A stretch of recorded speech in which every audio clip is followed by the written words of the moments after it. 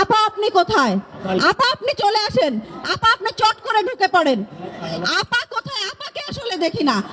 আপা লুকিয়ে আছে হিন্দুস্তানে, তার কর্মীরা মার খায় গুলিস্তানে।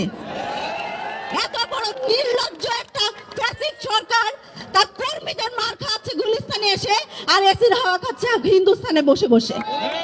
মানে এখন আওয়ামী লীগ তো নাই, যুবলীগ নাই, ছাত্রলীগ নাই, কেউই নাই। এখন আছে শুধু হচ্ছে গুজব লীগ আর আফসোস লীগ।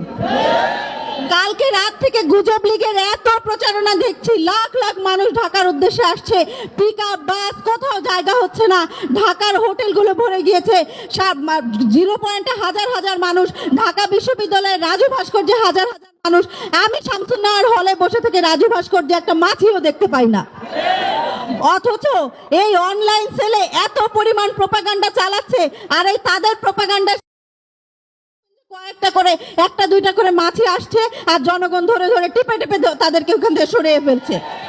দেখবেন একটা পদ্মা সেতুর দোহাই দিয়ে 32টা পদ্মা সেতুর টাকা বাংলাদেশের রিজার্ভ থেকে ফাঁকা করে বিদেশে পাঠিয়েছে তারা।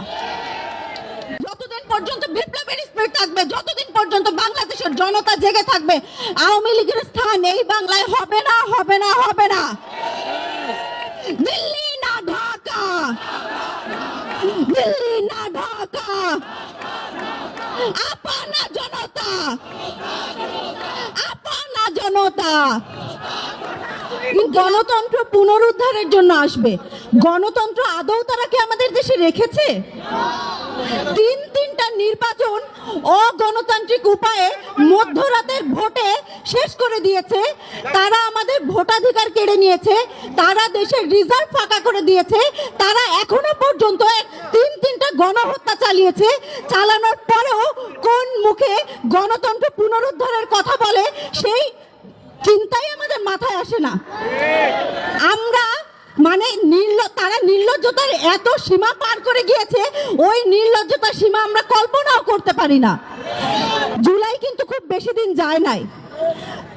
আজকে জুলাইয়ের আহতরা এখনো হাসপাতালে বসে কাতরাচ্ছে, কিন্তু তারা বলে এই গণহত্যা নাকি তারা চালায় নাই। কত বড় নির্লজ্জ একটা দল হতে পারে আপনারা কি কল্পনা করতে পারেন? এই নির্লজ্জরা বলে গুলিস্তানের 0 পয়েন্টে এসে লাখ লাখ, কালকে রাত থেকেই দেখছি, মানে এখন আওয়ামী লীগ তো নাই, যুবলীগ নাই, ছাত্রলীগ নাই, কেউই নাই। এখন আছে শুধু হচ্ছে গুজব লীগ আর আফসোস লীগ। কালকে রাত থেকে গুজব লীগের এত প্রচারণা দেখছি, লাখ লাখ মানুষ ঢাকার উদ্দেশ্যে আসছে, পিকআপ বাস কোথাও জায়গা হচ্ছে না, ঢাকার হোটেলগুলো ভরে গিয়েছে, 0 পয়েন্টে হাজার হাজার মানুষ, ঢাকা বিশ্ববিদ্যালয়ের রাজু ভাস্কর্যে হাজার হাজার মানুষ। আমি শামসুন্নাহর হলে বসে থেকে রাজু ভাস্কর্যে একটা মাছিও দেখতে পাই না। অথচ এই অনলাইন সেলে এত পরিমাণ প্রোপাগান্ডা চালাচ্ছে, আর এই তাদের প্রোপাগান্ডা কয়েকটা করে, একটা দুইটা করে মাছি আসছে, আর জনগণ ধরে ধরে টিপে টিপে তাদেরকে ওখান থেকে সরিয়ে ফেলছে। না তাদের লাখ লাখ মানুষ আছে, না তাদের সেই অনলাইন, দেখবেন এখনো আপনি অনলাইনে ঢোকেন, তাদের গুলিস্তানে হাজার হাজার মানুষ, তাদের কই তাদের মানুষ? এই যে গুজব লীগ, এরা গুজব ছড়াচ্ছে সেই জুলাই থেকে, শুধু আমি জুলাই বলবো না, এরা গুজব ছড়াচ্ছে সেই যতদিন ক্ষমতায় বসেছে ততদিন থেকে। দেখবেন একটা পদ্মা সেতুর দোহাই দিয়ে 32টা পদ্মা সেতুর টাকা বাংলাদেশের রিজার্ভ থেকে ফাঁকা করে বিদেশে পাঠিয়েছে তারা। এই একটা পদ্মা সেতু মেট্রো রেলের দোহাই দিয়ে তারা বিদেশে হাজার হাজার কোটি টাকা পাচার করেছে, দেশের মানুষ না খেয়ে থেকেছে।